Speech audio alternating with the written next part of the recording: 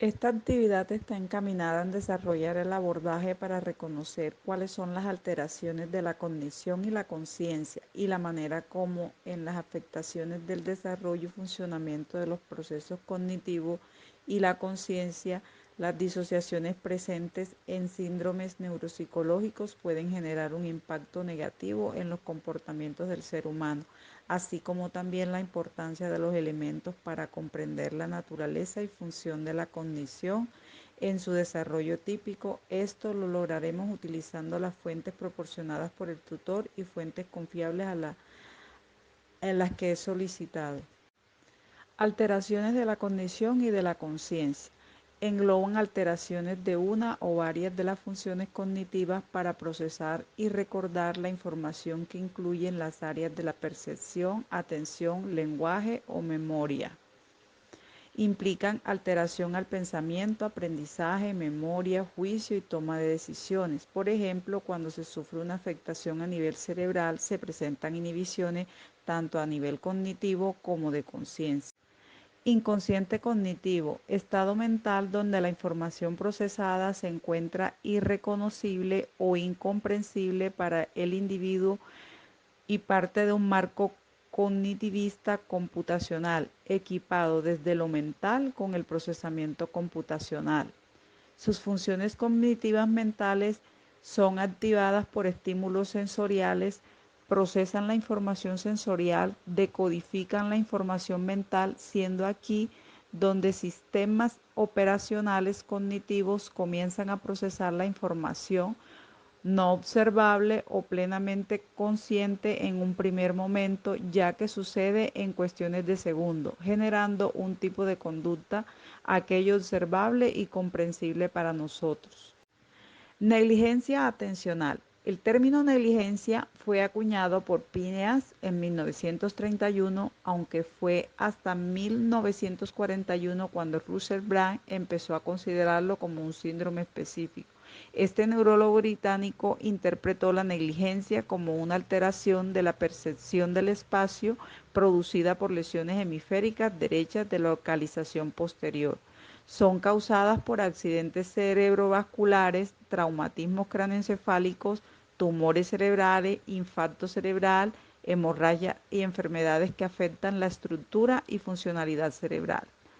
Hace referencia a un déficit de conciencia de los estímulos situados al lado contrario de la ubicación de la lesión que causa el déficit. Tipos de negligencia. Heminegligencia es la incapacidad o dificultad para detectar, atender o responder a estímulos presentados al lado opuesto de la lesión en ausencia de problemas sensoriales y perceptivos. Heminegligencia sensorial, caracterizado por extinción sensorial, heminegligencia espacial, negligencia personal. Aquí la conducta manifiesta de dicho síndrome la podemos observar de múltiples maneras. Por ejemplo, cuando ignoramos la parte de los alimentos del plato, no encontrando los cubiertos situados al lado contralesional. Cuando nos afeitamos o maquillamos la mitad de la cara, golpeándose con puertas o muebles, leyendo solo la parte de la página de un libro o revista, entre otras, según Adar y Barrett. Negligencia motora. El paciente presenta una disminución del movimiento o no utilización del miembro afectado por la lesión.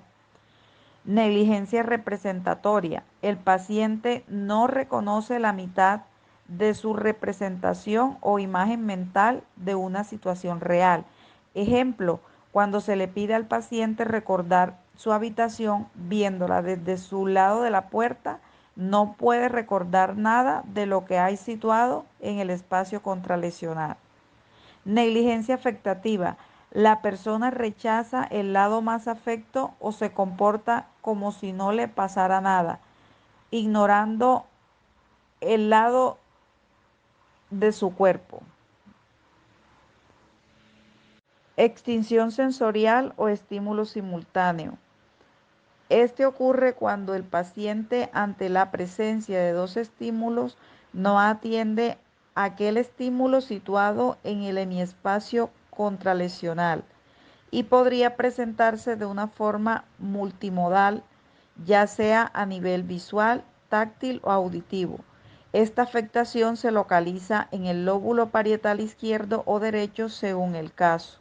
Negligencia personal. Se da cuando el comportamiento negligente está relacionada con el propio cuerpo. La alteración puede determinar una idea delirante, como es el caso de la aparición de un miembro supernumerario.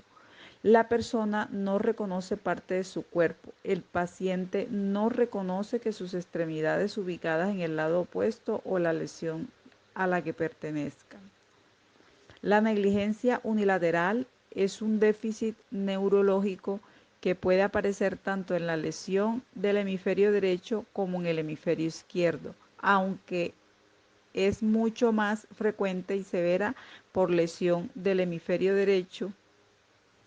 Heminegligencia espacial. Se determina negligencia espacial cuando el paciente neglige el espacio extrapersonal contralesional en actividades que se le dificulta para entender a un estímulo en el espacio extracorporal y toca además el conjunto de actividades tales como el vestir, la lectura, la escritura, entre otras.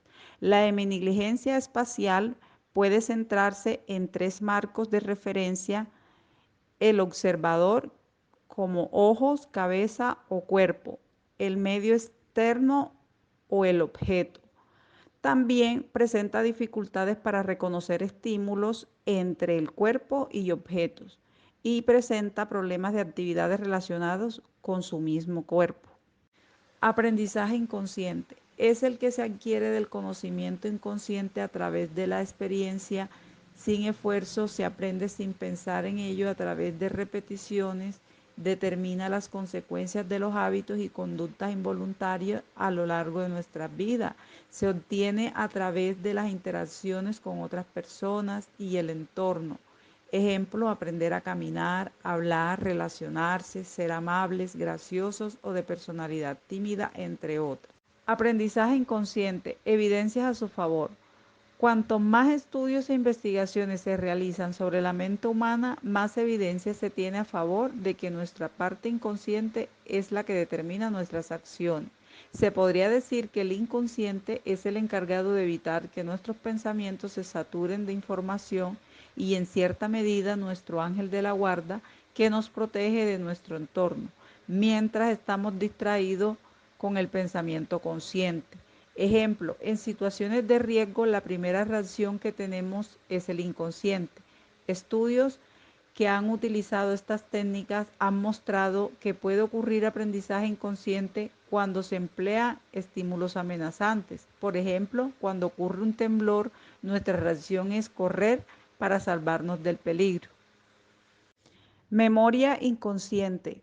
Son los recuerdos inconscientes basados en nuestros hábitos perceptivos y motores, ligados a condiciones particulares de adaptación y supervivencia, reacciones automáticas que carecen de control por parte del mismo individuo. Implica un procesamiento inconsciente de la información, el cual puede darse tanto en el momento de almacenar la información como en el momento de recuperarla. Por otro lado, también puede verse como en los dos subprocesos, como memorización y recuperación. Memoria inconsciente, evidencias a su favor.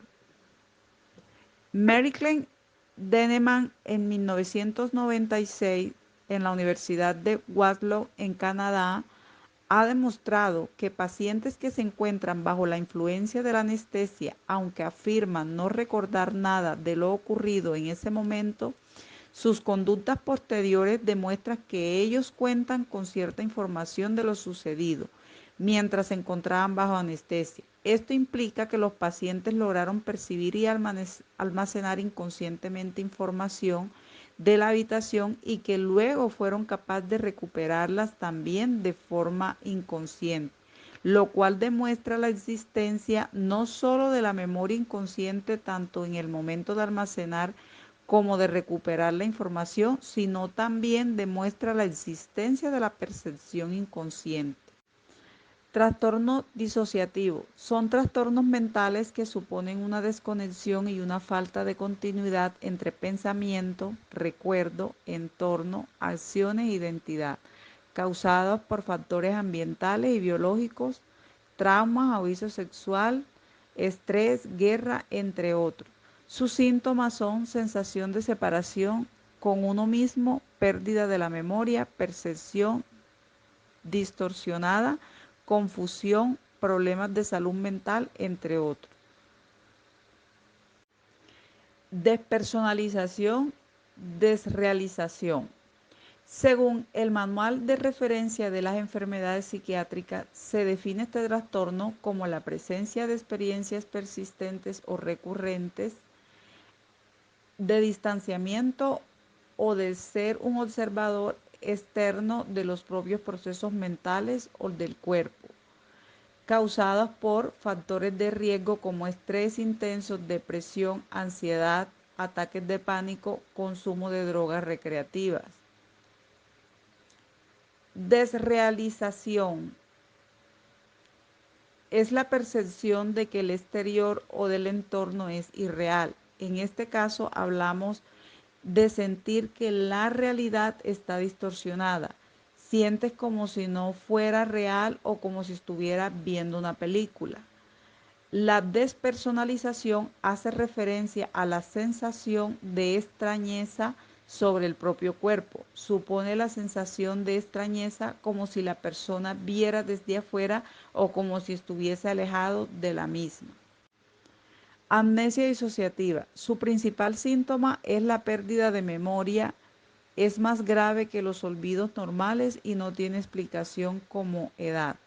No hay recuerdos ni información en lo relacionado con la vida, en especial los relacionados con un momento traumático.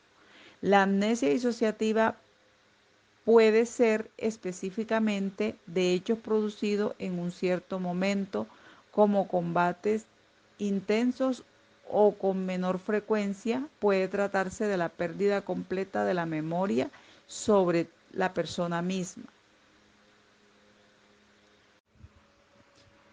Mediante esta actividad he podido entender sobre la importancia de la cognición y conciencia en lo primordial de conocer sobre los procesos cognitivos en relación con el aprendizaje y la memoria inconsciente, los déficits de comportamiento y los de la conciencia, causados por alteraciones perceptivas que debo comprender como futura profesional en psicología para atender e identificar a través de los comportamientos diagnósticos por herramientas que detectan estos tipos de déficits y anormalidades en el funcionamiento de la memoria y comportamiento, a partir de la información que obtenemos perceptivamente en el entorno que construimos con el conocimiento y el aprendizaje, como también aquellas afectaciones que sufrimos en la cognición y conciencia humana, generando impactos negativos en la salud mental, dando como origen y desenlace disociaciones presentes en la conducta del ser humano.